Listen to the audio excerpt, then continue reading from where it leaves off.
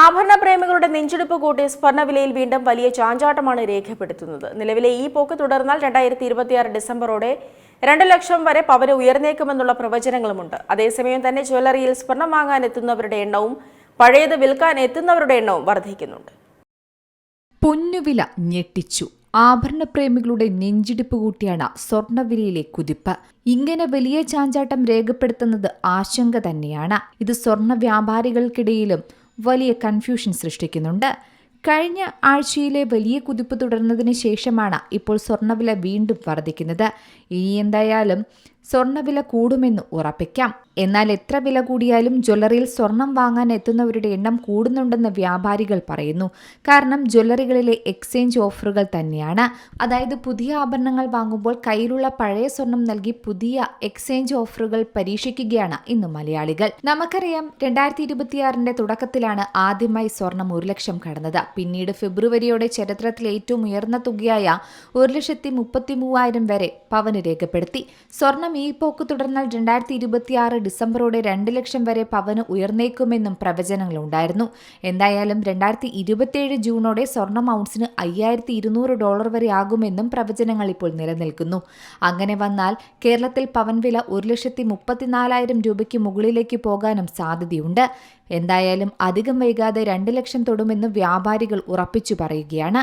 പവൻ വില മാത്രമാണ് ഇത് കേട്ടോ. ഇതിനൊപ്പം 3% GSTയും 5% പണിക്കൂലിയും നൽകേണ്ടി വരും. അങ്ങനെ വന്നാൽ കൈപൊള്ളും. സ്വർണ്ണവിലയിലുണ്ടാകുന്ന വലിയ വർധനവ് പഴയ ആഭരണങ്ങൾ വിറ്റ് ലാഭം നേടാൻ മിക്ക കുടുംബങ്ങളെയും പ്രേരിപ്പിക്കുന്നുണ്ട്. പക്ഷേ ഇപ്പോൾ ട്രെൻഡ് മാറി. ഇന്ത്യയിൽ ഉപഭോക്താക്കൾ തങ്ങളുടെ കൈവശമുള്ള സ്വർണം പൂർണ്ണമായും വിറ്റൊഴിക്കാൻ മടിക്കുന്നതാണ് കാണുന്നത്. പകരം അവർ പഴയ ആഭരണങ്ങൾ മാറ്റി പുതിയവ വാങ്ങുകയാണ്. അതെ, സ്വർണം ഈടുവെച്ച് വായ്പയെടുക്കുകയോ അല്ലെങ്കിൽ വില ഇനിയും ഉയരുമെന്നത് വരെ കാത്തിരിക്കുകയാണ് ചെയ്യുന്നത്. വില ഉയരുമ്പോൾ പഴയ സ്വർണം വിറ്റ് പണമാക്കാൻ ആളുകൾ കൂട്ടത്തോടെ ജ്വല്ലറികളിലേക്ക് എത്തുന്ന കാഴ്ചയായിരുന്നു വിപണിയിലെ ട്രെൻഡ്.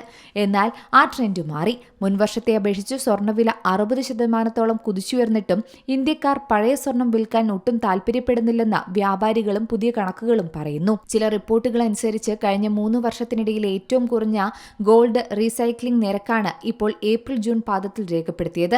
അതായത് കൈവശമുള്ള സ്വർണം വിറ്റ് പണമാക്കുന്ന രീതി വളരെ കുറഞ്ഞു. സാധാരണയായി ഉയർന്ന വില കിട്ടുമ്പോൾ ലാഭമെടുക്കാൻ വിൽപ്പന കൂടാറാണ് പതിവ്. പക്ഷേ ഇത്തവണ കയ്യിലുള്ള സ്വർണം വിൽക്കുന്നതിനു പകരം ആളുകൾ മറ്റു വഴികൾ നോക്കുകയാണ്. ഈ തിളങ്ങുന്ന പൊന്ന് വിറ്റുകളയുന്നതിനു പകരം അത് ഈടായി നൽകി വായ്പയെടുക്കാനാണ് ഭൂരിഭാഗം ആളുകളും താല്പര്യപ്പെടുന്നത്. സ്വർണ്ണ വായ്പയുടെ അളവ് വലിയ തോതിൽ വർദ്ധിക്കുകയും ചെയ്തിട്ടുണ്ട്. റീറ്റെയിൽ ഗോൾഡ് ലോണുകളിൽ പ്രതിവർഷം 100%-ലധികം വളർച്ചയാണ് ബാങ്കുകളിൽ മാത്രം രേഖപ്പെടുത്തുന്നത്. കൈവശമുള്ള സ്വർണം നൽകി പകരം പുതിയ ആഭരണങ്ങൾ വാങ്ങുന്ന എക്സ്ചേഞ്ച് രീതിയും ഇപ്പോൾ വർദ്ധിച്ചു.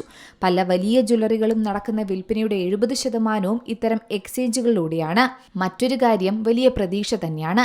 അതായത് വരുന്ന ദിവസങ്ങളിലും സ്വർണത്തിന് വലിയ ഉയർന്ന വില കിട്ടുമെന്ന പ്രതീക്ഷ.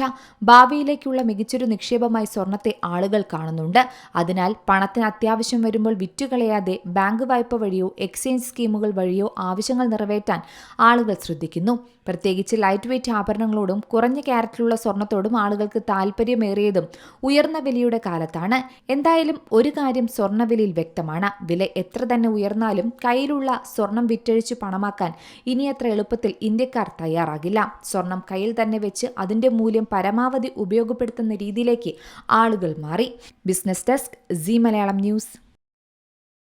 ഏറ്റവും പുതിയ വാർത്തകളും വിശേഷങ്ങളും വിരൽ തുമ്പിലറിയാൻ സീ മലയാളം ന്യൂസ് എല്ലാ ഡിജിറ്റൽ പ്ലാറ്റ്ഫോമുകളിലും ലഭ്യം.